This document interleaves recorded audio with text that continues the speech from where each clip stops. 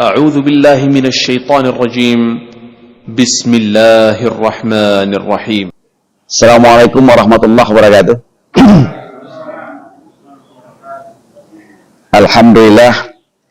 Alhamdulillahilladzi arsala rasulahu bil huda wa dinil haq liyuzhirahu 'alad dini kullih wa kafaa billahi syahida. Asyhadu an la ilaha illallah wa asyhadu anna Muhammadan abduhu wa rasuluh sallallahu alaihi wasallam la nabiyya ba'da. Bapak dan ibu-ibu jamaah subuh Masjid An-Nur yang berbahagia, pada kesempatan sholat subuh berjamaah di Masjid An-Nur ini, marilah kita bersyukur kepada Allah Subhanahu wa taala. Banyak nikmat Allah yang bisa kita terima, yang sudah kita terima dan yang akan kita terima. Ya, selawat beserta salam kita sampaikan kepada junjungan kita Nabi besar Muhammad Sallallahu Alaihi Wasallam. Bapak yang berbahagia, ini kajian hari ini kita bicara tentang solidaritas sosial dalam perspektif Al-Quran. Saya nggak tahu kenapa Pak Uli pilih ini. Ketika kemarin ditawarkan dua topik, saya tawarkan. Pertama saya tawarkan kemarin itu bagaimana saintifikasi zikir tauhid pada untuk fungsinya ketika sakratul maut gitu. Saya tawarkan ini satu lagi. Tapi yang dipilih Pak Uli itu yang ini gitu. Mungkin dia belum mau sakratul maut dia, Pak. Sakratul mautnya masih jauh katanya, nanti aja lah katanya kan, maka dia pilih dia barangkali. Bapak Ibu yang berbahagia, baik kita mulai saja ya. Ketika kita bicara tentang solidaritas sosial ini, kalau kita lihat secara teoritik, itu jelas diawali dulu sebenarnya yang paling awal mengatakan ini itu adalah Ibnu Khaldun, gitu kan. Kemudian baru diikuti oleh para sosiolog yang lain gitu. Tapi yang lebih populer itu akhirnya justru si Durkheim gitu kan, yang Prancis gitu kan. Tapi kan saya nggak akan bahas itu, Ini sekedar pengantar saja. Dari beberapa sosiolog itu kita coba ambil intinya, itu adalah solidaritas sosial yang dimaksud itu adalah bagaimana dalam satu kesatuan umat, baik itu umat dalam artian kecil di keluarga, di tetangga, bahkan sesama jemaah masjid begini, bahkan kesatuan umat Islam yang lebih luas gitu. Di situ tumbuh ada rasa saling percaya. Ya, nggak ada rasa saling curiga. Itu solidnya di situ. Kalau dalam keluarga itu sudah ada saling curiga, nah itu keluarga udah nggak solid itu. Ya. Berikutnya itu ada saling menghormati. Nggak ada yang merasa lebih dari yang lain, gitu kan? Nggak ada yang merasa lebih berkuasa dari yang lain. Kemudian saling menghormati, saling bertanggung jawab, saling memperhatikan kepentingan dan kebutuhan sesamanya. Inilah inti makna di dalam solidaritas. Itu kalau memang solid. Nah, inilah yang harus kita wujudkan. Bagaimana Al-Quran bicara tentang ini? Kalau kita lihat di dalam surat Al-Hujurat ayat 12 itu disebutkan, ya ayyuhallazina amanu tanibu katsiran minadh-dhanni inna ba'dadh-dhanni ismun wala tajassasu wala yaqtab ba'dukum ba'dha. Nah, ini kan ini saling percaya, Pak. Jadi kalau Allah sudah mengingatkan kepada kita, janganlah ada di antara kalian itu prasangka. Nah, ini harus dihilangkan ini. Kalau ada prasangka di antara kita, itu dikatakan itu inna ba'dadh-dhanni ismun. Prasangka itu sebagian itu ada dosa di situ. Nah ini. Jadi harus kita bersihkan itu. Bagaimana mungkin kita muncul solidaritas itu kalau kita saling curiga. Nah, ada pertanyaan juga kepada saya dulu, Pak, itu prasangka itu dosa. Tapi bagaimana menghilangkan itu? Kita harus bisa membedakan dengan kewaspadaan. Waspada itu penting, Pak. Jadi kalau ada hal-hal yang bersifat faktual, berangkat dari kenyataan, dan ada mengarah ke sana, itu sifatnya adalah kewaspadaan, bukan prasangka. Nah, yang celakanya itu prasangka ini, itu tidak didasarkan kepada fakta, tapi lebih cenderung untuk membuat isu-isu, bahkan memframing negatif. Nah, ini yang prasangka ini, ya kan? Nggak ada jalan, nggak ada apa, tapi hanya karena muncul dari subjektivitas dia, ya, wah kan begini, karena kepentingan-kepentingan, dibuatlah di situ interpretasi-interpretasi, kemudian muncul prasangka. Nah, celakanya lagi, itu dikembangkan menjadi framing negatif. Ini yang berbahaya. Ini yang unsur dosanya itu dari situ. Tapi kalau memang ada faktanya, ada kenyataannya, mengarah ke sana, kemudian kita memprediksi, kita waspada, dan tidak disebarkan ke orang lain, nggak jadi prasangka. Ya, kalau bapak-bapak melihat gejala gerak-gerik saya, segala macam gitu kan, wah ini ada maksudnya orang nih. Ah, itu boleh, nggak ada masalah, tapi jangan disebarkan dulu, jangan bilangin dulu gitu kan. Pak Uli bilang lagi ke Pak Elwin kan, kayaknya Pak Farid begini-begini deh. Pak Elwin bilang lagi, kayak Pak Farid begini deh, bilang lagi ke Pak Azhar. Padahal itu nggak ada faktanya kan, hanya interpretasi. Ini yang menjadi zon itu di situ gitu kan, berburuk sangka dan disebarkan kemana-mana. Apalagi kalau sempat ditindaklanjuti. Nah, ini yang berbahaya. Disitulah letak dosanya. Nah, ini harus kita bersihkan. Kita harus hilangkan, kita harus selesaikan dalam hati kita, itu nggak ada. Kita harus bicara, kalau fakta ya apa boleh buat. Gitu. Cuman tingkatnya pada tingkat kewaspadaan. Gitu kan. Oke, lanjut.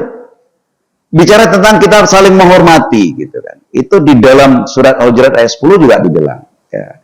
Innal mu'minuna ikhwah fa aslihu baina akhwaikum. Sesungguhnya orang-orang mukmin itu bersaudara. Ya kita saudara. Kita kafaah, kita selevel, nggak ada yang lebih di sini, ya kan? Saya lebih di sini hanya karena kesempatan duduk saja, karena biar lebih kelihatan kan gitu. Kalau nggak ya biasanya duduk di lantai aja gitu kan. Tapi karena pagi ini kadang-kadang dengkul belum adaptasi gitu kan. Kalau udah jalan pagi nanti baru ototnya adaptasi kan. Dia agak kurang nyaman. Biasanya kalau kita Jumat malam kita di bawah aja gitu kan. Dan kita bersaudara. Bagaimana sih kita bersaudara? Kalau kita merasa lebih gimana? Ya kita berikan. Ya, kalau kita merasa kurang, ya kita biasa saja. Mudah-mudahan saudara kita memperhatikan kita. Atau ada kelebihan. Saya memberi sesuatu pada Pak Endro, waduh keambil, ya sudahlah. Saudara saya ngambil kok. Ya kan? Ya, saudara saya. Oh tetangga saya kok, ya biarin aja lah. Dia yang ngambil kok, biarin aja lah. Gitu kan. Atau mungkin terkurang dari saya. Ya mungkin juga teman-teman yang lain bapak ya lah nggak apa-apa lah Pak Farid inilah kita ketemu tiap hari udah segala macam udah sama ini rasa persaudaraan itu harus dimunculkan. Ketika rasa persaudaraan tidak dimunculkan, rasa menghormati tidak ada Pak. Sekalipun orang itu tinggi, sekalipun orang itu punya jabatan besar tinggi luar biasa dari kita, tapi kita nggak ada sedikit pun rasa persaudaraan, rasa memiliki, nggak ada, kita nggak akan menghargai dia Pak. Nggak ada rasa penghargaan kita akan muncul kepada dia. Nah, bagaimana memunculkan rasa persaudaraan ini untuk memunculkan kita saling menghargai? Di dalam surat Al-Baqarah juga dikatakan, Qul atuhajjunana fillah wa huwa rabbana wa rabbukum wa lana a'maluna wa lakum Jadi kalau kita berbeda pendapat, kalau kita berbeda mazhab, itu biarin aja, nggak masalah gitu kan. Mazhab itu kan hanya jalan kita untuk sampai ke Rasulullah gitu kan. Bukan sesuatu yang harus kita jadikan perdebatan gitu kan. Tapi bagaimana kita menghargai orang lain. Sepanjang dia tidak menyimpang kan, ya beriin aja lah. Gitu kan. Ini yang perlu kita tumbuhkan di dalam ini kita. Oh cara beragama dia begitu, cara beramal dia begitu. Sepanjang ada cantelannya di dalam ulama, di dalam mazhab, ya beriin aja. Gak ada masalah itu kan. Kecuali memang dia bikin cara-cara yang nggak jelas, cantelannya nggak ada, sanad ininya nggak jelas itu kan, sanad keilmuannya nggak jelas. Nah ini yang baru kita waspadai, kita bantu untuk meluruskan gitu kan. Nah disinilah akan munculnya solidaritas. Jadi rasa persaudaraan, rasa menghargai itu yang munculkan solidaritas gitu. Kemudian di sini ada rasa tanggung jawab. Kullu nafsin bima kasabat rahina. Setiap kita itu akan diberi tanggung jawab, gitu kan? Terjawab apa yang kita lakukan. Saya punya tanggung jawab loh sama bapak-bapak ibu semua. Ya. Kalau terjadi apa-apa, ada tanggung jawab saya secara pribadi. Saya lakukan enggak? Bapak ibu juga punya tanggung jawab terhadap saya. Jadi ketika saya menaikkan tanggung jawab saya, otomatis hak orang terpenuhi. Tanggung jawab seorang suami itu kalau ditunaikan secara otomatis hak istri dapat tanpa ditagih. Hak anak juga didapat tanpa ditagih. Istri pun ketika dia tulus ikhlas dengan sadar menunaikan tanggung jawabnya, otomatis tanpa disadari hak suami dapat. Jadi rasa tanggung jawab itu, ketika orang nggak tahu dengan apa tanggung jawab dia, disitulah munculnya konflik. Solidaritas nggak akan muncul di situ. Bagaimana orang akan solid? Ada hak orang yang merasa tidak diberikan, karena ada orang yang tidak melaksanakan tanggung jawabnya. Ya. Nah, kemudian juga dikatakan wala taqfu ma laisa laka bihi ilmun. Inna sama wal basara wal fuada kullu ulaika kana anhu mas'ula. Jadi kita jangan mengikuti sesuatu yang belum kita tahu. Masih samar, masih nggak jelas gitu. Nah, karena ini ada kaitannya dengan tadi. Itu ujung-ujungnya menjadi su'zon. Belum jelas ujung pangkalnya, nggak tahu apa-apa, kita udah main sebar aja, main kemana-mana gitu kan. Nah, kita udah main bertindak aja gitu kan. Nah, inilah kalau di dalam kalau tadi cerita menurut solidaritas sosialnya Durkheim itu, ini solidaritas mekanis gitu kan. Artinya nggak mau tahu, yang penting kelompok saya dihina orang, kelompok saya dicaci orang, udah bergerak gitu kan, nggak tahu entah benar entah salah gitu. Kalau contoh simpelnya kan kayak ini, tiba-tiba datang mengadu salah satu tetangga lorong kita gitu kan, saya diganggu orang sana, saya dilemparin. Wah, nggak bisa itu. Masa tetangga saya diganggu? Udah, main serbu aja, tapi nggak jelas masalahnya apa gitu kan. Nah, ini kan solidaritasnya itu solidaritas yang mekanis. Itu nggak karena belum tahu apa-apa, itu udah bergerak. Seharusnya yang muncul itu adalah solidaritas organis. Pahami dulu, kenapa? Ada apa? Jangan-jangan Anda yang memulai masalah kan gitu. Kita yang harus meluruskan. Kita datang ke sana untuk mendamaikan, bukan untuk membela saudara kita. Ini janganlah Anda bertindak dulu segala sesuatu yang kita belum ketahui gitu kan. Ya. Kenapa? Karena apa yang kita dengar, apa yang kita lihat, apa yang segala macam itu akan kita pertanggungjawabkan nanti itu. Ya. Nah, inilah konsep inti daripada solidaritas sosial itu. Ya.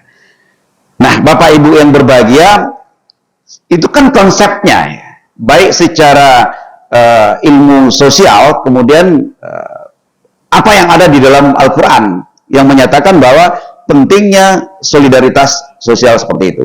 Sekarang persoalannya bagaimana kita mewujudkan itu. Nah, untuk mewujudkan itu, strateginya itu adalah hal yang mendasar untuk mewujudkan solidaritas sosial, baik itu di dalam keluarga, baik itu di dalam bertetangga, baik itu sesama berjamaah di masjid ini, itu yang paling pertama itu adalah ukhuwah. Ya, itu yang paling mendasar sebenarnya. Itu adalah dasarnya. Kalau dilihat di dalam Al-Qur'annya itu adalah Al-Maidah ayat 2. Wa ta'awanu 'alal birri wat taqwa. Kita harus tolong menolong. Kita harus membantu untuk kepentingan kebaikan menuju kepada ketakwaan. Itu intinya sebenarnya.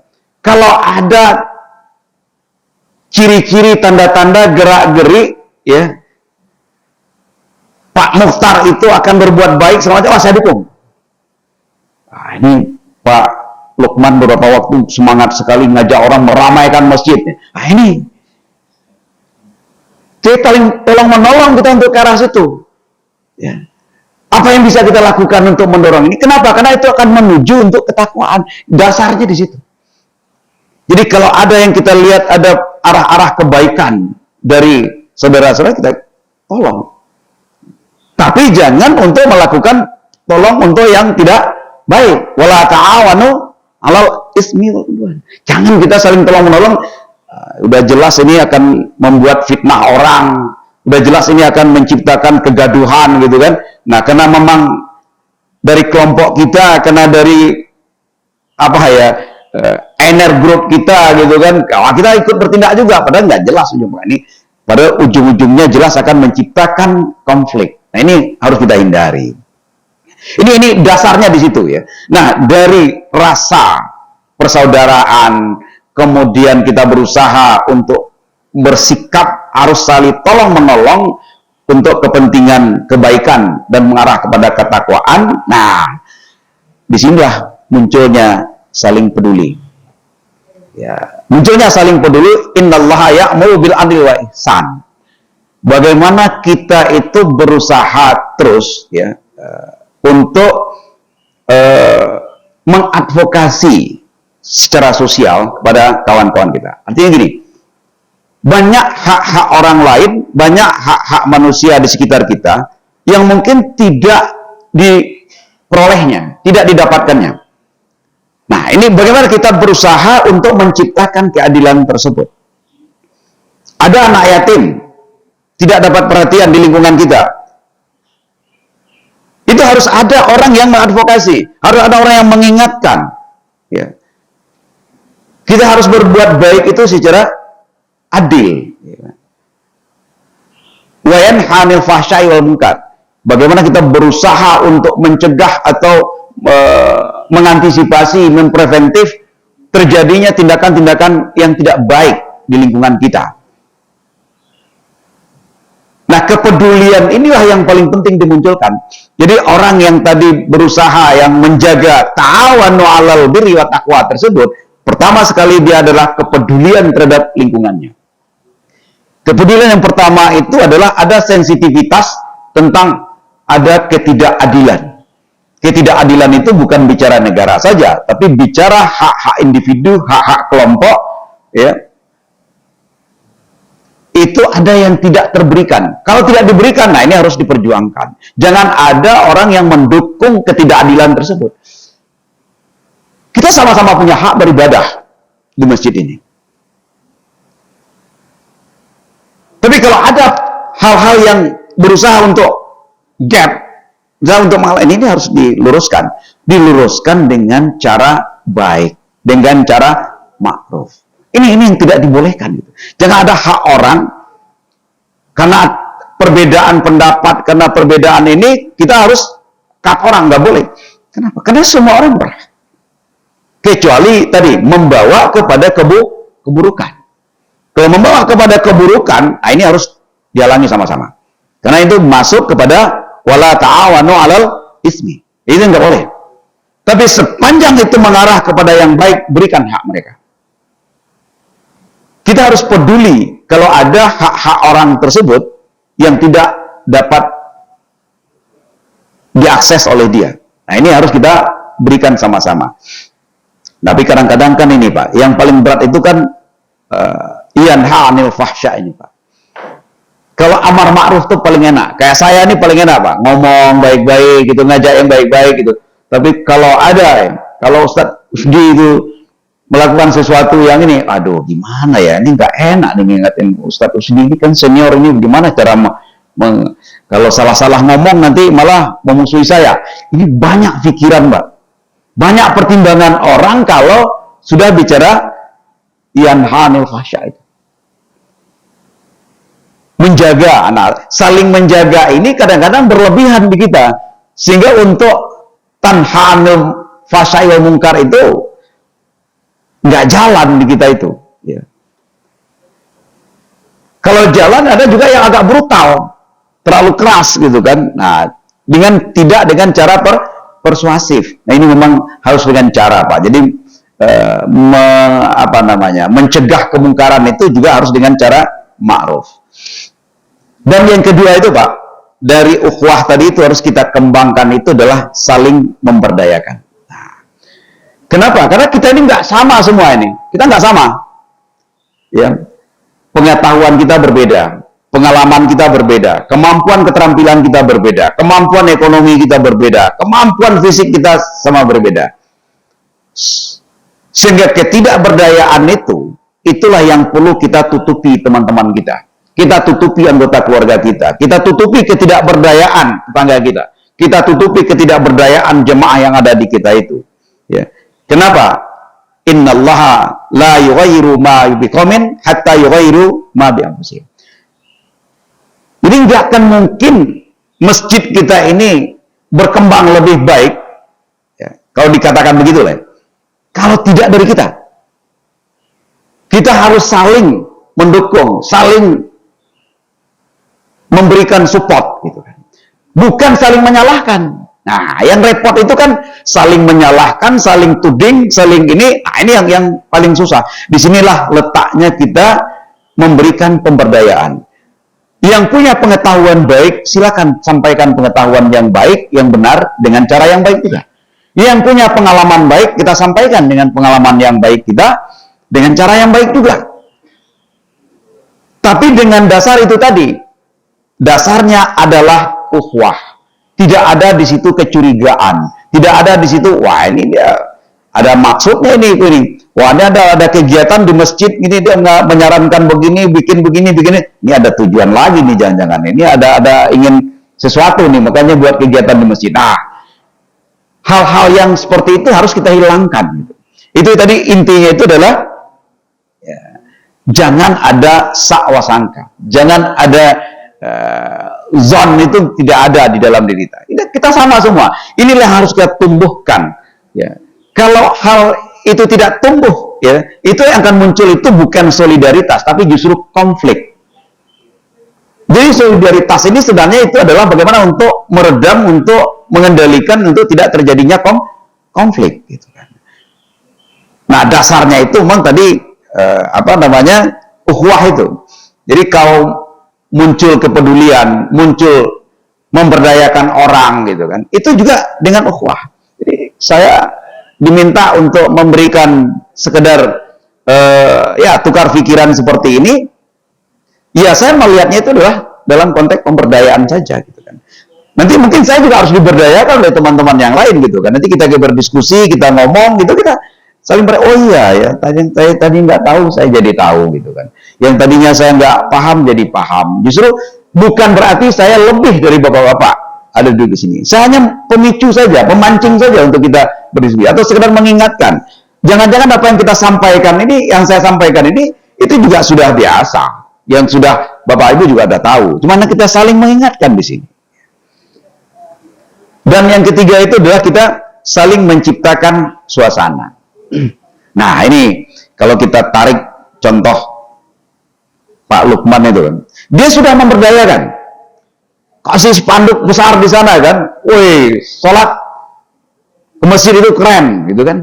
Itu masuk pemberdayaan, mengingatkan orang yang tadi nggak tahu jadi tahu, gitu. Walaupun semua paham, ya, bahwa 3 mazhab, 3 imam daripada 4 imam tersebut itu memang tidak mengatakan sholat ke masjid itu wajib.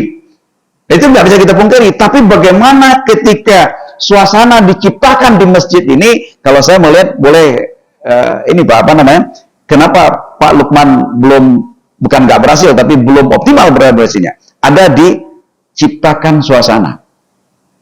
Menciptakan suasana inilah yang belum terjadi. Pemberdayaannya sudah jalan. Pemberdayaan sudah jalan oleh Pak Lukman untuk meramaikan masjid ini. Tapi menciptakan suasana itu belum muncul. Bagaimana menciptakan suasana tersebut? Itu bagaimana kita memberikan pengalaman positif pada orang lain. Apa pengalaman positif yang kita dapat kalau kita sholat di masjid? Tebarkan kepada teman-teman kita di luar sana. Atau menciptakan pengalaman-pengalaman baik, pengalaman positif. Contoh, pengalaman baik itu apa ya? Kalau saya melihat habis ngaji kita ngopi, ya kan? Itu pengalaman baik, gitu kan? Yang mungkin tidak ada di tempat lain. Menciptakan pengalaman itu yang membuat orang datang ke masjid, ya.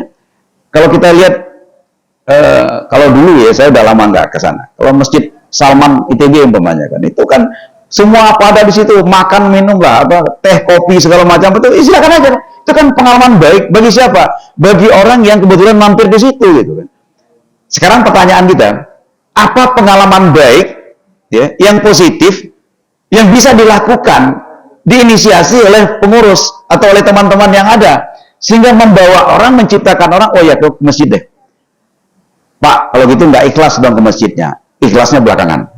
Bawa dulu dia ke masjid, sampai di masjid nanti baru kita briefing untuk dia bisa ikhlas. Jadi kalau kita bicara tentang bagaimana upayanya Pak Lukman dalam konteks solidaritas ini, apa yang belum itu adalah bina suasana, Pak.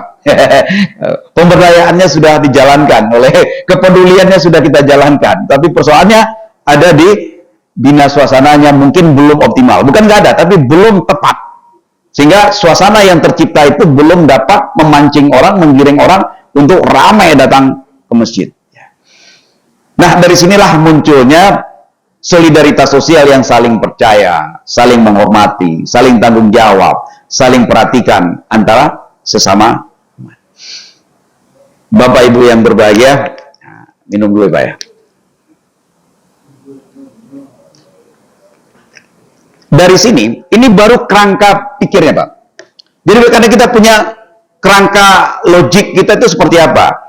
Kerangka logik kita adalah kita berangkat dari ukhuwah, memunculkan mewujudkan kepedulian, mewujudkan sifat pemberdayaan, memunculkan inisiasi-inisiasi untuk menciptakan suasana. Inilah yang akan menciptakan solidaritas sosial kita. Nah, baru kita lihat apa dasarnya ukhuwah itu. Dasar dari ukhuwah tersebut, dari menyadari dari sikap tolong menolong, kebaikan takwa tadi itu kita menyadari segala sesuatu itu yang kita alami di sini itu adalah atas nikmat Allah. Atas nikmat Allah. Itu yang paling kita pengen. Apa yang kita terima di sini itu nikmat Allah. Termasuk juga mengalami sesuatu yang tidak kita inginkan. Itu adalah nikmat Allah. Karena Allah ada rahasia di balik itu. Allah tahu mana yang terbaik bagi kita.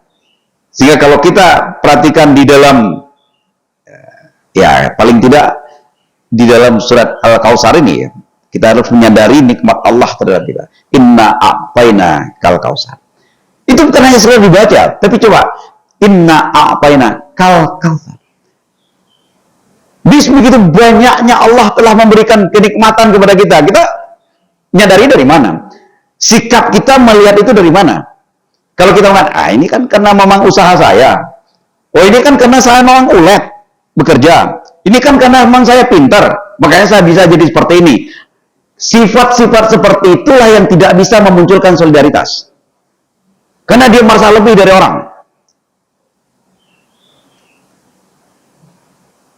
Tapi ketika dia mengatakan, saya memperoleh ini, saya bisa kaya, saya bisa pintar, saya punya jabatan, adalah atas pemberian nikmat Allah kepada saya. Bukan kenapa apa. Itu paling penting itu. Sikap itulah yang harus kita tanamkan, kita internalisasikan ke dalam diri kita. Karena itulah nanti yang bisa menggiring kita kalau ada orang lain, ada teman lain, ada anggota yang lain. Perlu kita perhatikan, ya. Dari sinilah ta'awanu 'alal birri wat taqwa itu muncul di situ. Karena memperoleh itu atas nikmat Allah, atas dasar Allah, maka saya juga punya tanggung jawab untuk memberikan lagi kepada orang lain. Kalau nggak melihat bahwa apa yang kita terima itu dari Allah, itu rasa tanggung jawab, rasa keharusan untuk memperhatikan orang lain itu nggak ada. Karena dia merasa egonya semakin tumbuh, karena dialah yang merasa super gitu kan. Ini harus ditumbuhkan. Oleh karena itu banyak-banyaklah sholat. Nah, sholat itu merupakan bagian dari mensyukuri. Ya. Fasalli li rabbika wanhar. Pengorbanan ini penting Pak. Mungkin kadang-kadang ayat ini kan sering dibaca hanya kalau lebaran haji. Tapi pengorbanan itu kan tidak berarti hanya untuk potong korban. Menghentikan, menunda sementara kesenangan untuk kita itu pengorbanan Pak. Banyaklah cerita-cerita inspiratif masa-masa sahabat itu kan cukup banyak. Uang segitu-gitunya, uang hanya sedikit, Pas di jalan melihat ada orang kelaparan gitu kan, lebih lapar daripada kita, keluar uangnya, nggak ada lagi uangnya. Itu apa? Pengorbanan. Siapa yang bisa seperti itu? Orang yang mindsetnya, sikap hidupnya itu adalah apa yang ada, apa yang saya miliki ini, itu adalah dari Allah. Dan orang ini juga punya hak. Oleh karena itu saya berikan aja lah pada dia. Tapi kalau dia mengatakan, habis kamu jadi kayak ini karena malas sih. Lihat saya rajin, saya pinter. Nggak belangsat kayak kamu, nggak susah hidupnya. Kalau itu yang ada dalam pikiran orang, Pak, nggak akan mungkin dia bisa memperhatikan orang. Solidaritas sosial itu nggak akan muncul dari situ. Makanya dari mulai memahami, menyadari bahwa nikmat yang kita terima itu adalah dari Allah, kita bersyukur dengan melaksanakan sholat, kemudian kita rela untuk berkorban, memberikan kewajiban dan menyampaikan hak orang lain. Ya. Nah, kita harus melihat juga bagaimana kita memahami ini. Ma sa'altumu wa in ta'udu ni'matallahi la tuhsuha. Segala apa yang kamu minta kepadanya, itu sudah ada semua. Kita sudah diberikan apa yang diminta oleh kita. Dan jika kamu menghitung nikmat Allah itu, niscaya tidak akan mampu untuk menghitungnya. Ya. Ini harus kita ciptakan di dalam mindset kita, Pak. Kalau bukan ini, nggak akan mungkin muncul landasan ta'awanu tadi, itu nggak akan muncul, Pak. Nah, berikutnya apa? Jangan sampai kita mendustakan agama, Pak. Nah, ini udah biasa-biasa saja sih sebenarnya. Kalau di surat Al-Ma'un itu kan, ara'aital ladzi yukadzibu biddin.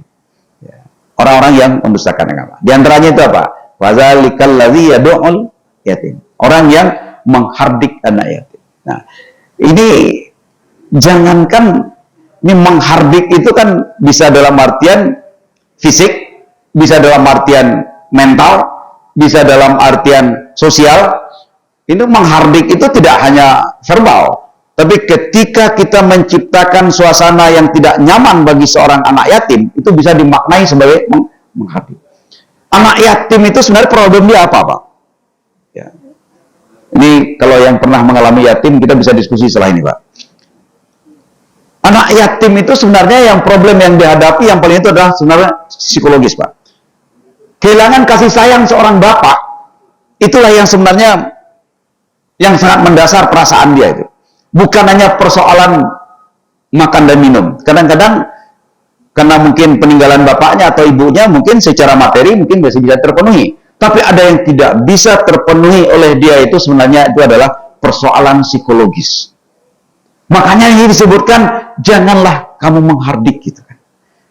Menghardik itu dalam artian mendiskreditkan anak yatim gitu kan.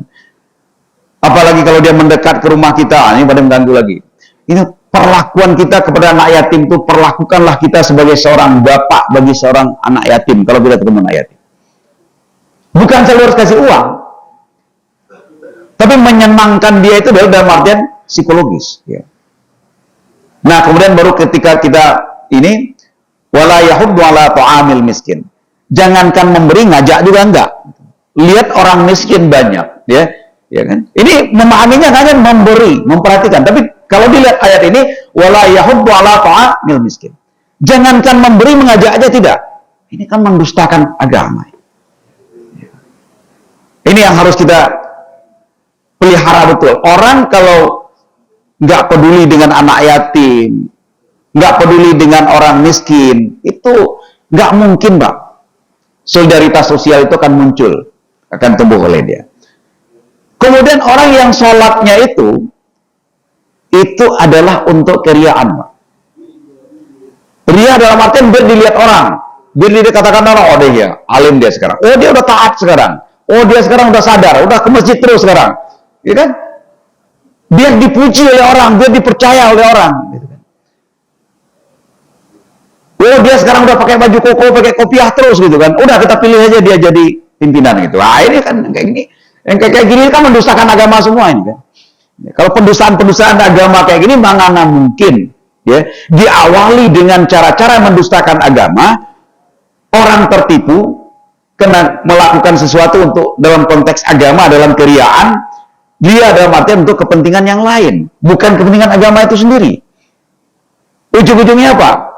Ada rakyat yang kecewa, ada anggota keluarga yang kecewa, ada tetangga yang kecewa.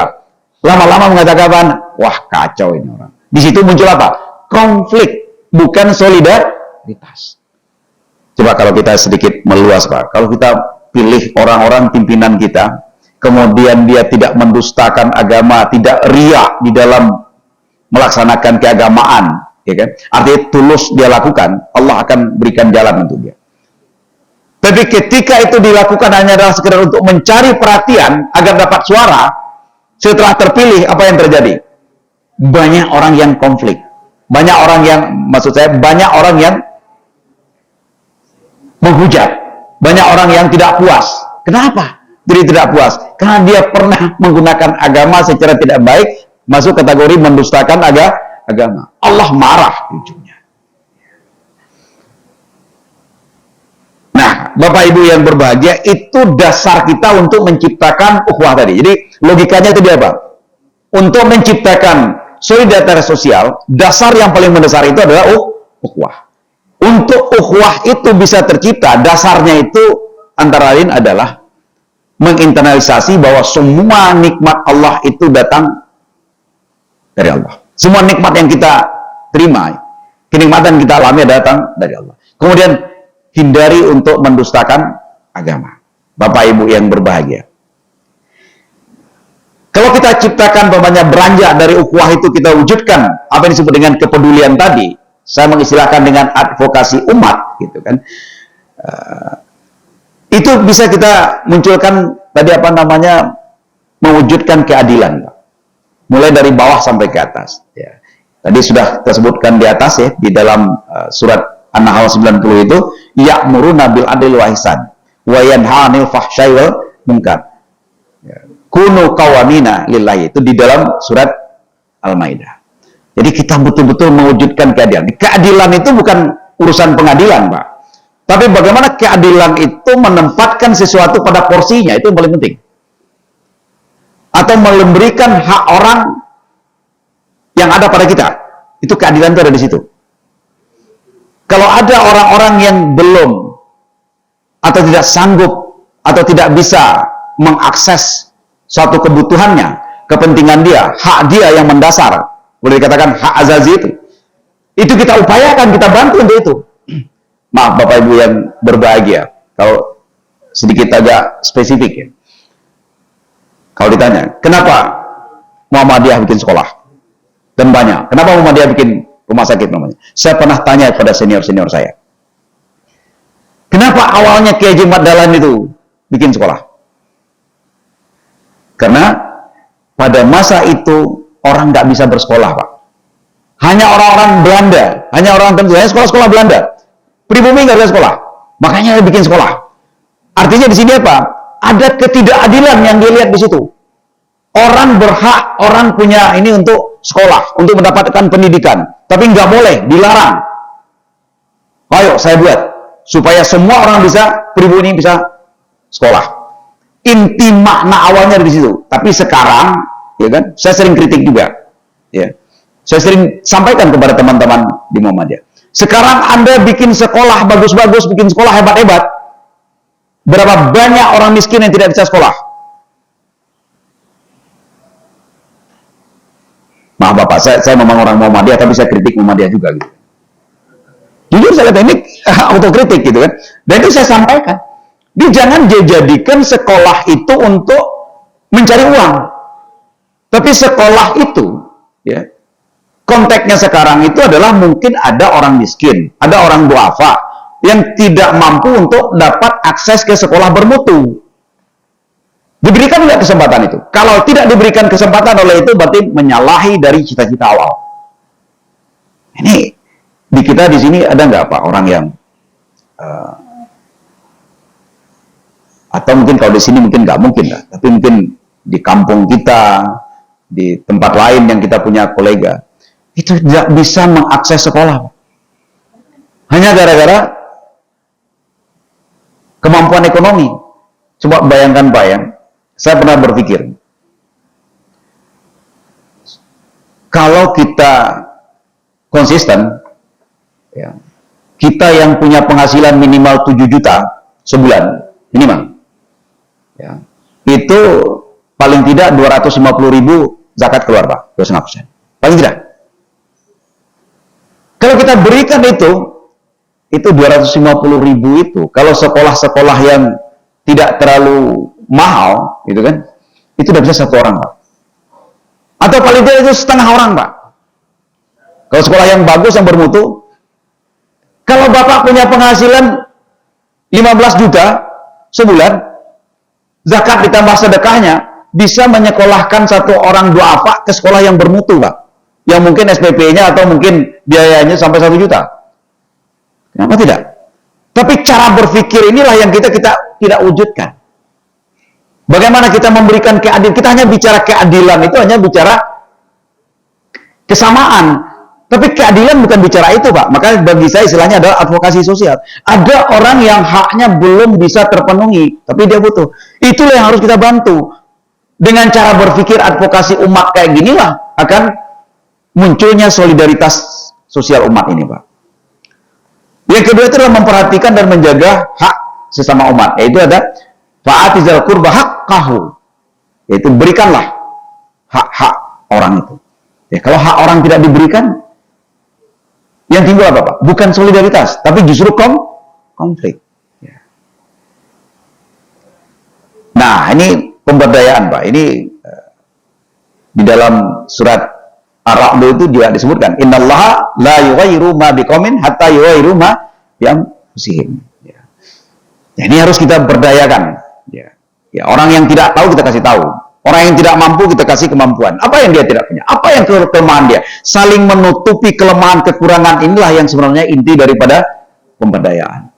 Jadi kemampuan untuk merubah nasib itu bukan sendiri, Pak, tapi kita harus bersama-sama.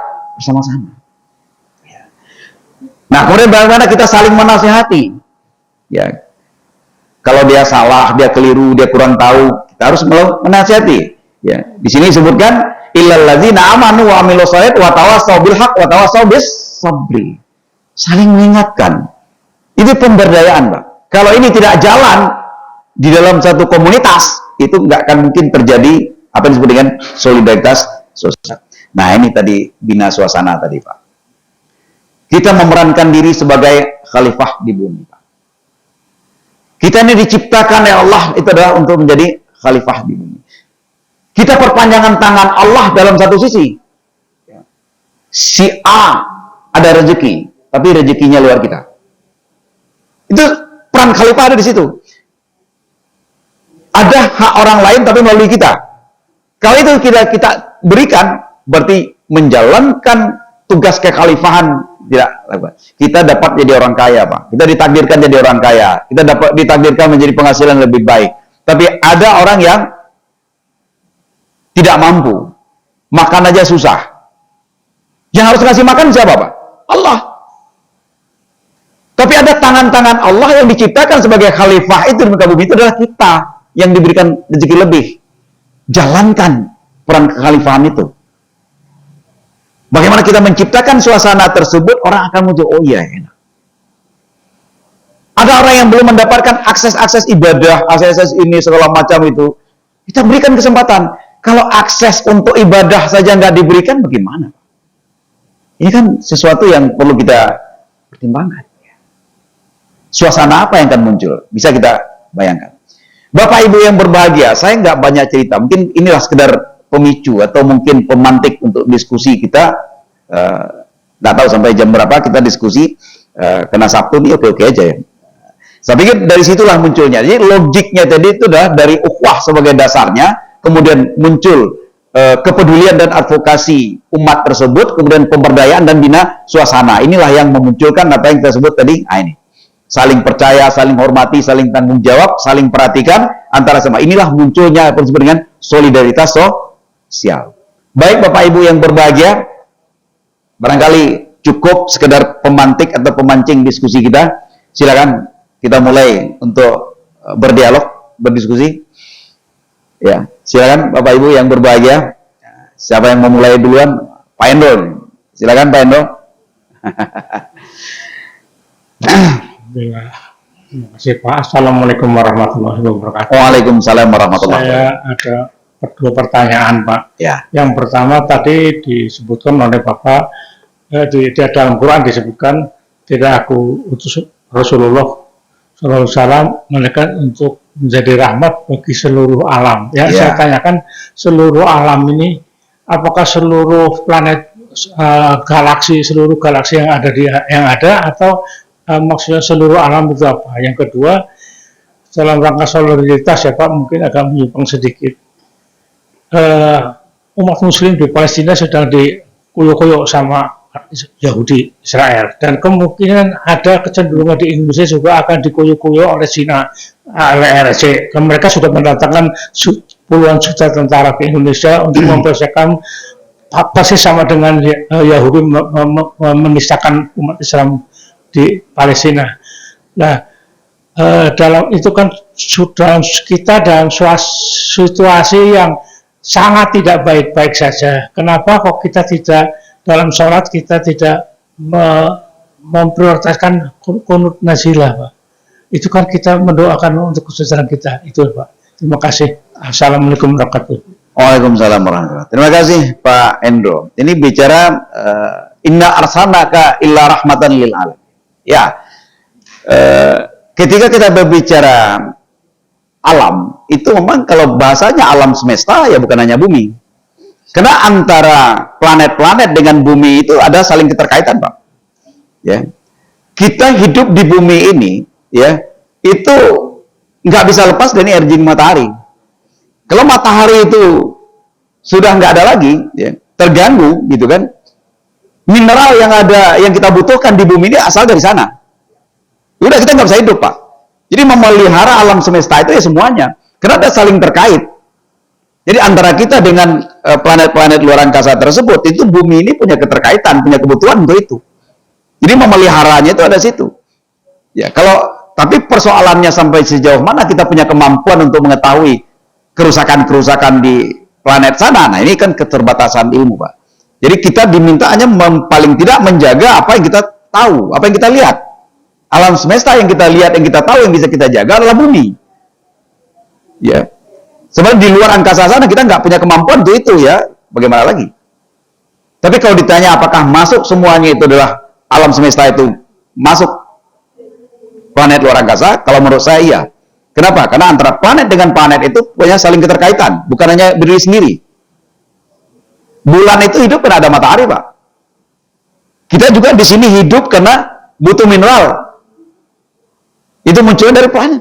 Nggak mungkin kita hidup sendiri. Dan bumi ini akan kiamat berdasarkan matahari, Pak. Saya pernah membaca satu buku, Pak. Itu yang berjudul The End. Dia mengatakan apa? Bagaimana sih sebenarnya kiamat ini terjadi nanti? Itu bumi pun berputar, Pak. Kita kan bumi berputar. Perputaran itu sebenarnya itu makin lama makin mendekat ke matahari. Jadi kalau kita lihat putaran itu makin lama. Jadi dia sedikit-sedikit mulai ditarik oleh energi matahari, Pak. Ini menurut buku itu ya, Pak, ya.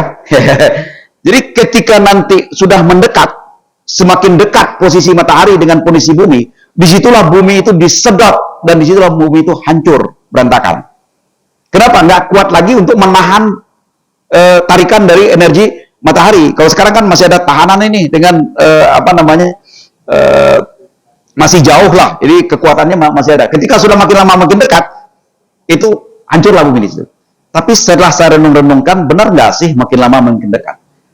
Ini belum terbukti secara ilmiah ya Pak, ya, tapi hanya perasaan, subjektivitas saya. Kayaknya iya. Pertama, tanda-tandanya apa? Waktu itu skala saya makin cepat, Pak. Kenapa waktu makin cepat? Karena lingkarannya semakin dekat, semakin kecil. Terasa sekali. Oh, tahu-tahunya dah tahun habis saja. Waktu cepat sekali. Itu salah satu yang kedua itu, Pak. Bumi makin panas. Karena makin dekat kepada matahari. Berarti kiamat makin dekat, Pak. Jadi pada saat meledaknya bumi itu nanti gitu, karena disedot, ditarik habis oleh matahari, pertanyaan saya dalam pikiran saya apa? Berarti kalau gitu kiamat matahari masih ada? Iya. Karena juga ada dalam ceritanya mengatakan bahwa pada di padang mahsyar nanti itu matahari hanya sejengkal dari kepala. Berarti benar. Ini kita diskusikan aja Pak. Ini bukan ini buku Pak ya. Buku itu dalam artian itu kan orang yang secara teoritik ya, yang dengan teori-teori Big Bang mereka, paling itu hanya yang muncul gitu. Kira-kira gitu Pak. Kalau bicara apakah kita akan dikuasai oleh Cina dan segala macam, bagi saya kuncinya cuma satu Pak. Itu yang termasuk kajian kita hari ini adalah solidaritas sosial umat. Ketika solidaritas sosial umat ini kita ciptakan dengan baik, insya Allah nggak ada satupun yang bisa mengganggu Pak, kecuali hanya izin Allah. Hanya itu aja buat saya Pak jawabannya. Karena saya bukan orang politik, bukan orang apa, susah buat saya menjawabnya kayak gitu. Dan saya nggak punya data juga untuk menjelaskan itu, gitu kan? Itu masalahnya Pak. Terima kasih, mohon maaf Pak Endo.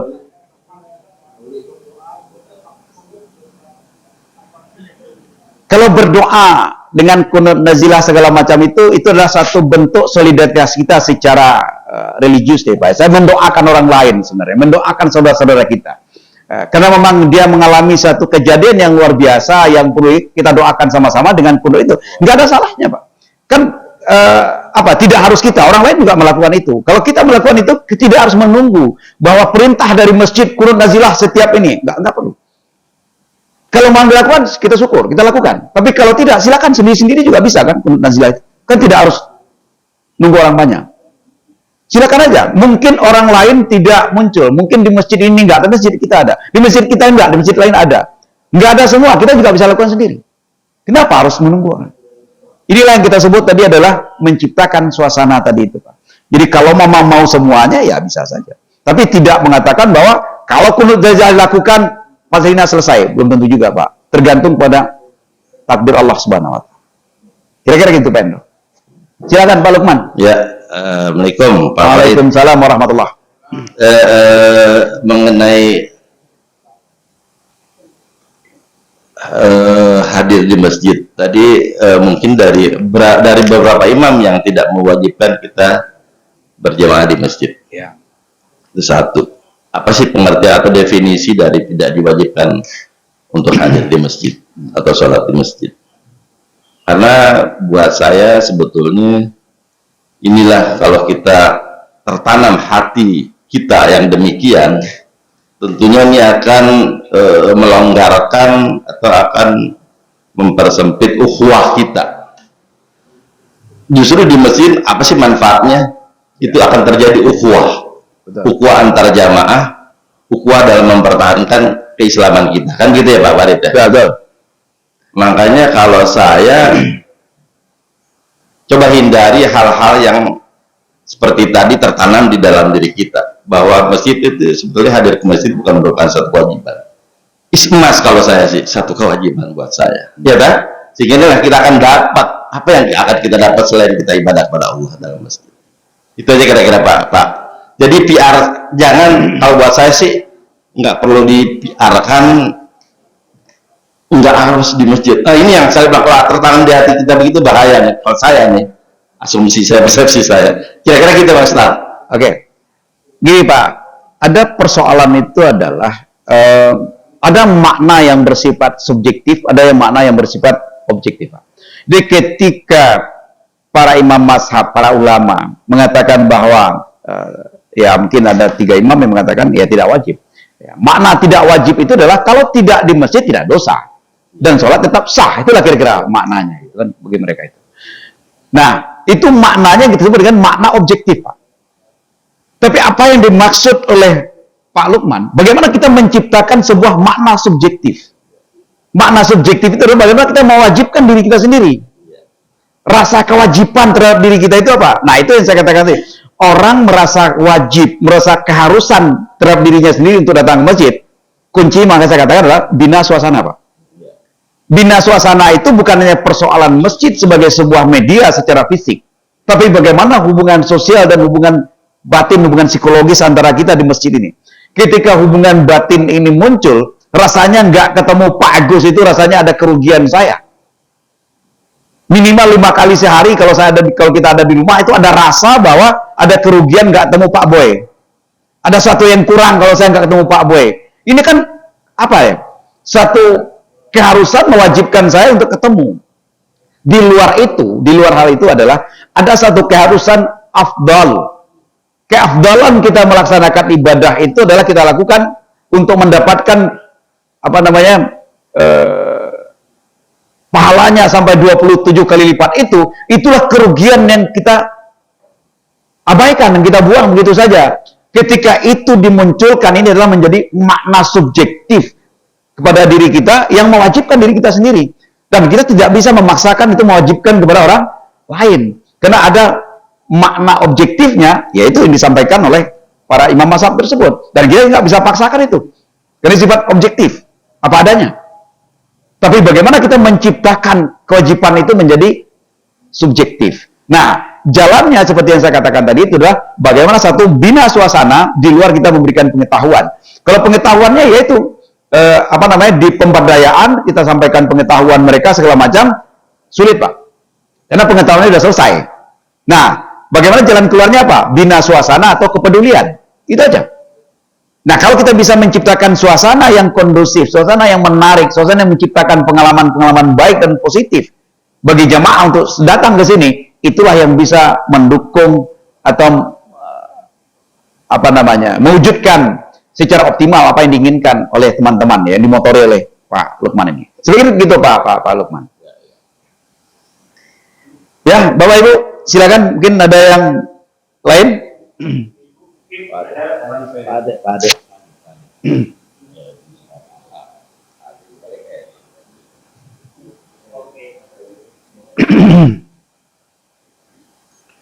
Bismillahirrahmanirrahim. Assalamualaikum warahmatullahi wabarakatuh. Waalaikumsalam warahmatullahi wabarakatuh. Terima kasih untuk materi pagi hari ini. Solidaritas yang saya baca hari ini adalah mungkin solidaritas yang sifatnya personal, mungkin juga ada solidaritas yang sifat kelompok, mungkin juga solidaritas yang sifatnya lebih makro, jangkauannya lebih jauh. Ya. Nah, solidaritas yang dibangun mungkin solidaritas yang dalam tataran personal dan dalam lingkungan keluarga. Tapi dalam dalam konteks kompleks kita, bagaimana membangun solidaritas yang terus berkelanjutan, yang memberdayakan dan panjang, yang berkelanjutan. Ini pengaruhnya di tingkat kompleks yang sangat majemuk, kadang-kadang sulit untuk dibangun solidaritas yang berkelanjutan, yang berkeadilan, bahkan mungkin juga timbul prasangkanya juga banyak. Ya.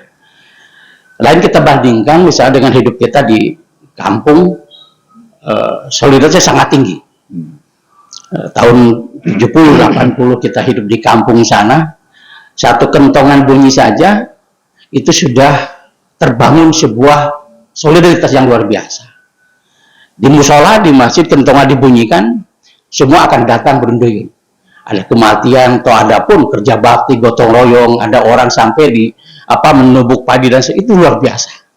Nanti kan terjadi sebuah pergeseran tergerus oleh arus globalisasi, oleh arus informasi teknologi pada kekinian. Nah, ini kan kita dihadapkan solidaritas itu dihadapkan kepada persoalan-persoalan yang di genggaman tangan kita hari ini, Pak Jen. Nah, ini gimana menyikapi sebuah kebijakan internal terutama ibda binafsiknya mewujudkan kepedulian pada diri sendiri, bahwa dia harus solidarnya seperti apa memupuk itu gitu. Kalau saya sepakat dengan apa yang Bapak sampaikan tadi ya, bahwa dasarnya sebuah Al-Quran, kesadaran pribadi, ukhuwah, semuanya peduli sampai kepada saling percaya, hormat, semua ada di situ konsep Al-Quran. Hanya begitu mau diimplementasikan dalam diri sendiri, kadang-kadang kita sulit untuk maju ke sana. Ya. Ini satu. Padahal prasangka ini kan juga Allah juga tergantung prasangka umatnya atau manusianya. Nah, bagaimana mengawinkan antara solidaritas personal dengan prasangka Allah tadi? Kan Allah juga tergantung prasangka umatnya. Nah, ini saya kira saya tidak ingin jauh mengajak sampai ke Palestina untuk solidaritasnya, tapi bagaimana solidaritas kita internal di kompleks ini menjadi sebuah perwujudan yang nyata dalam kehidupan kita. Ini yang perlu dibangun dengan baik. Karena supaya tidak ada prasangka yang ujungnya adalah saling tidak percaya, saling tidak hormat, tidak tanggung jawab. Ini yang perlu kita kembali kepada karakter adalah sebuah pembiasaan untuk mewujudkan sebuah solidaritas. Saya kira itu Pak, terima kasih.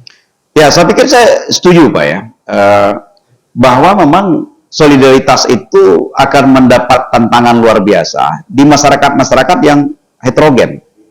Jadi ketika masyarakatnya homogen, berarti solidaritasnya mungkin muncul. Kenapa? Karena nilai-nilainya sama Pak. Menganut nilai-nilai, karena ukhuwahnya adalah sama. Kalau kita Islam, total Islam semua di sana, berarti kan ukhuwah yang kita bangun itu adalah lebih menekankan semua total adalah ukhuwah Islamiyah. Ya. Tapi ketika kita adalah masyarakat yang heterogen, nah ini kan muncul juga akhirnya memunculkan apa yang disebut dengan ukhuwah insaniyah. Jadi bagaimanapun juga dia adalah manusia, ya. Dia juga adalah makhluk Tuhan, ya. Disinilah muncul apa yang disebut cipta suasana tadi, kekhalifahan kita itu bukan hanya untuk kepentingan Islam saja, tapi semua makhluk itu adalah mendapatkan rahmat dari kita, mendapatkan perlakuan baik dari kita. Ya. Nah, oleh karena itu yang paling penting itu, seperti saya katakan, saya setuju dengan Bapak. Bagaimana menciptakan ukhuwah di lingkungan itu yang paling penting. Itu yang paling penting sekali. Jadi ukhuwah apa yang paling tepat? Kalau kita homogen, gampang. Tapi kalau kita heterogen, kira-kira apa yang lebih tepat? Apa yang lebih dominan? Mencari titik-titik untuk menyatukan ukhuwah itu yang paling penting, Pak.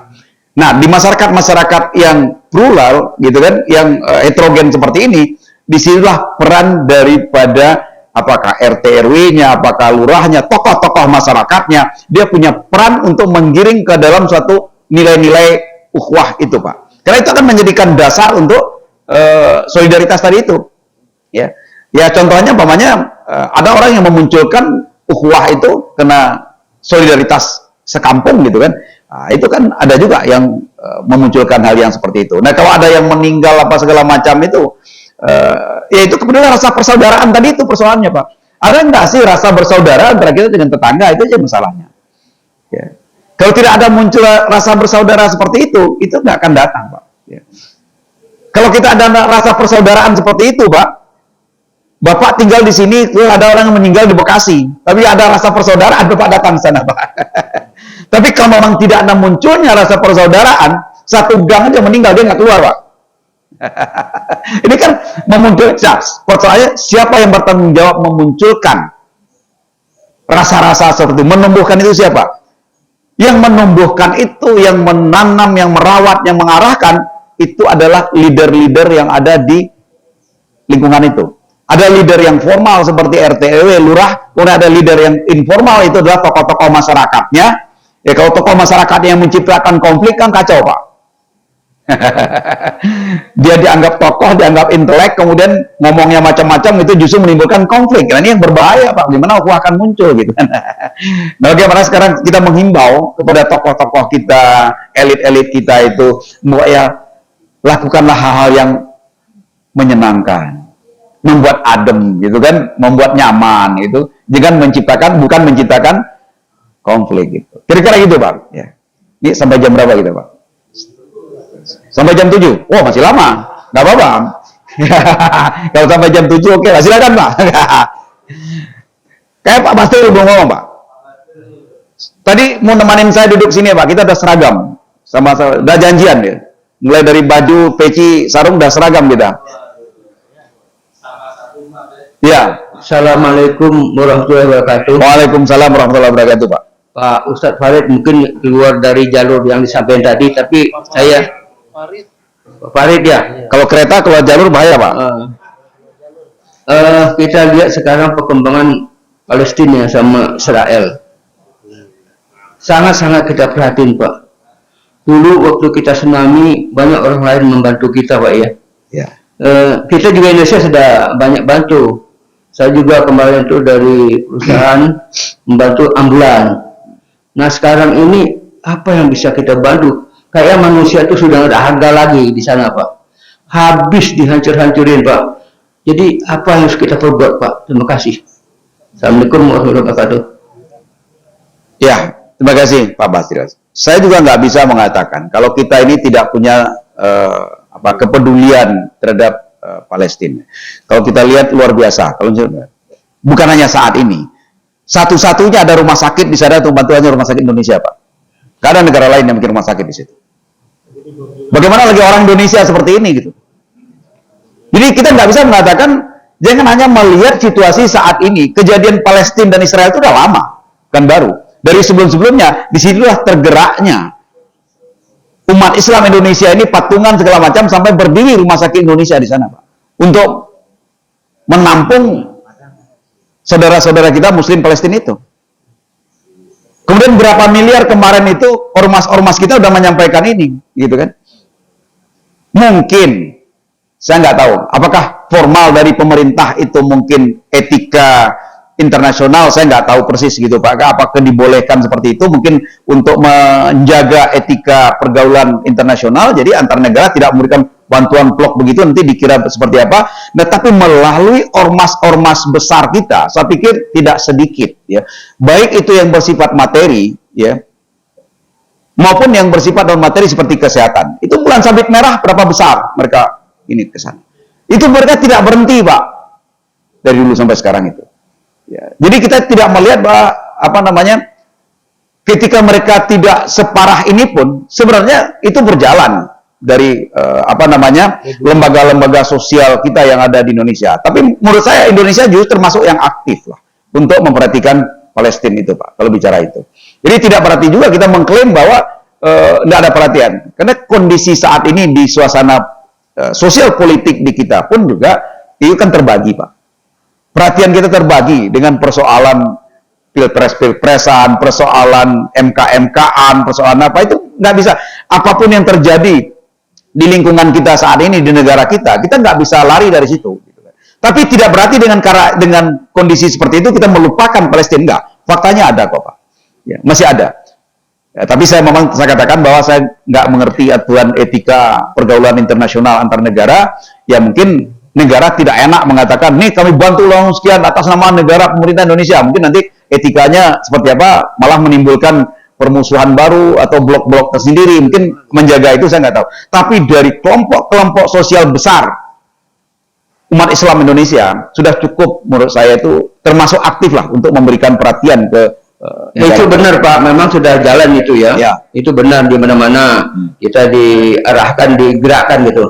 Cuman yang menjadi pikiran saya itu, Pak, kok sampai hati Israel begitu, Pak? Memang udah hukumnya begitu, apa kita tunggu aja setelah alam Tuhan berkehendak, Pak? Kok manusia itu udah kayak apa, Pak? Aduh, kita sedih banget deh, Pak. Apa memang sudah begini, apa udah akhir zaman gitu loh. Ini secara logika kita seperti apa? Apa kita tunggu seleksi alam atau Tuhan berkehendak, Pak? Terima kasih, Pak. Kalau saya justru sebaliknya, Pak. Karena ada hadis, nggak tahu sahih atau tidak gitu kan. Justru sebenarnya makin jauh kiamat itu, Pak. Selagi Israel itu masih berkuasa segala macam, kiamat masih jauh, Pak. Karena ada yang mengatakan bahwa ketika umat Islam itu mampu menghancurkan, menghabiskan Israel itu, kiamat udah dekat, Pak. Ayo. Jadi terbalik itu. Tapi terlepas dari hadis ini sahih atau tidak, saya nggak tahu. Tapi ada yang mengatakan seperti itu, ya, bahwa ketika umat Islam itu sudah mampu menyerang habis-habisan, habis hancur semua, bersih Israel itu, berarti selesai lah itu ya. Kiamat sudah dekat, Pak. Jadi kalau Israel masih berkuasa, berarti kiamat masih jauh, Pak. Logikanya kan gitu, Pak. Kalau kita punya. Jadi kita bukan berarti mendukung Israel itu, Pak. Bukan mendukung Israel dengan cara itu. Tapi itulah fakta takdir Tuhan, Pak. Jadi kenapa Israel itu adalah betul-betul keji, betul-betul tegas seperti itu? Itu adalah merupakan rahmat dari Tuhan, Pak. Kalau bukan karena itu, Pak Basril nggak bisa memberikan solidaritasnya, beramal segala macam untuk kepentingan Palestina itu. Nggak bisa ngeluarin uang, Pak, untuk membantu seperti tadi itu. Ya, uangnya ditimpan aja di bank. Tapi karena ada kasus Israel dengan Palestina, Bapak ngeluarkan uang, Bapak dapat amaliyah kan, dapat pahala kan. Ini cara berpikirnya kita bawa kepada yang positif aja dulu, Pak. Karena itu takdir Tuhan soalnya. Kira-kira gitu, Pak Basril. Jadi kalau gitu kita hanya bisa mengirim doa aja ya. Oh tidak, berusaha juga, Pak. Berusaha dan berdoa, Pak. Kalau duit kan sudah tadi saya bilang. Lo itu kita nyumbang pakai ambulan loh.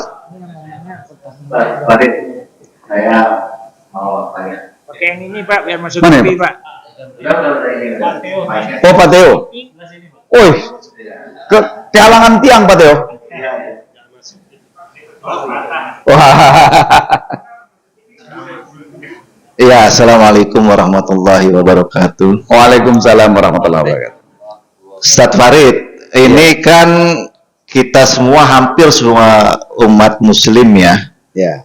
itu memahami kalimat sesama muslim itu saudara, Ya. gitu kan? Tapi bagaimana supaya feel-nya ini dapat nih, ya? Karena meskipun sudah hampir semua paham bahwa sesama muslim itu saudara, tapi sesama muslim itu juga masih sering saling menghasut, saling mencaci, saling menyakiti lah istilahnya. Artinya kalimat ini nggak dapet feel-nya nih, ya. Nah, ada nggak upaya-upaya atau metode gitu kan ya, metode gitu ya, supaya kalimat yang dahsyat ini bahwa sesama muslim itu saudara, betul-betul semua yang memahami itu tahu gitu loh, apa sih maksud betulnya kalimat itu gitu, dan maknanya sesama muslim itu saudara. Itu Ustadz Farid. Yang kedua, saya sedikit nambahin aja bahwa di Gaza itu ada rumah sakit yang dibangun oleh negara Turki, ya.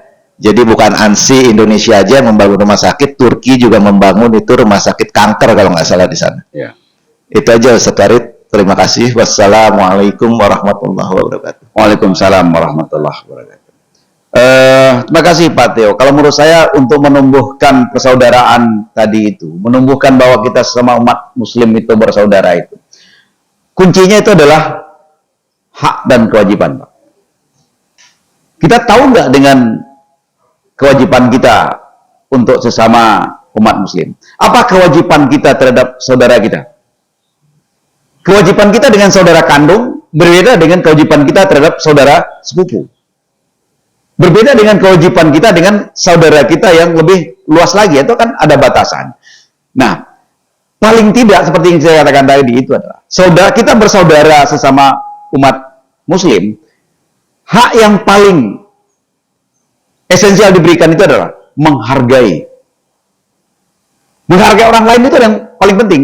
Ketika tidak muncul rasa penghargaan terhadap sesama muslim, nah ini yang konfliknya kan di situ, Pak. Jadi tadi saya katakan bahwa ketika hak orang itu diberikan, ketika kewajiban kita itu ditunaikan dengan baik, apa kewajiban kita terhadap saudara-saudara kita sesama muslim? Pahami itu dulu. Kita nggak tahu kewajiban kita, akibatnya apa? Ada hak orang lain yang tidak terberikan oleh kita. Nah, yang kalau ditanya oleh Pak Teo, apa sih caranya? Pelajari hak-hak, pelajari kewajiban-kewajiban kita terhadap sesama muslim. Kalau kita tidak tahu kewajiban kita untuk sesama muslim, otomatis ada hak orang muslim yang lain yang kita tidak berikan. Kalau kita tidak tahu apa kewajiban kita sebagai seorang suami, Pak, pasti ada hak istri, hak anak yang tidak akan kita berikan.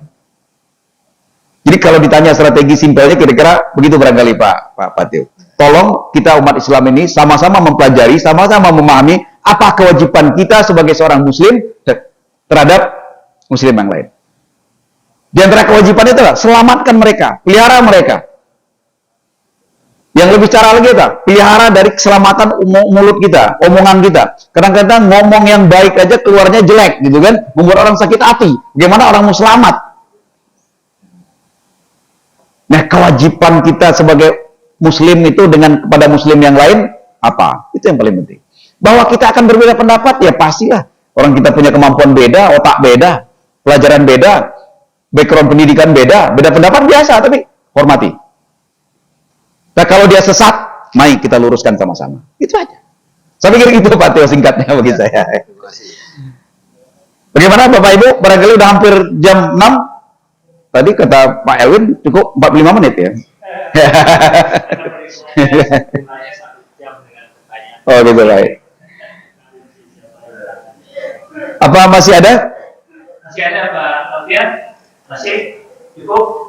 Kalau cukup, barangkali kita tutup kajian kita pada pagi hari ini dengan alhamdulillah rabbil alamin fastabiqul khairat. Assalamualaikum warahmatullahi wabarakatuh. Waalaikumsalam warahmatullahi wabarakatuh.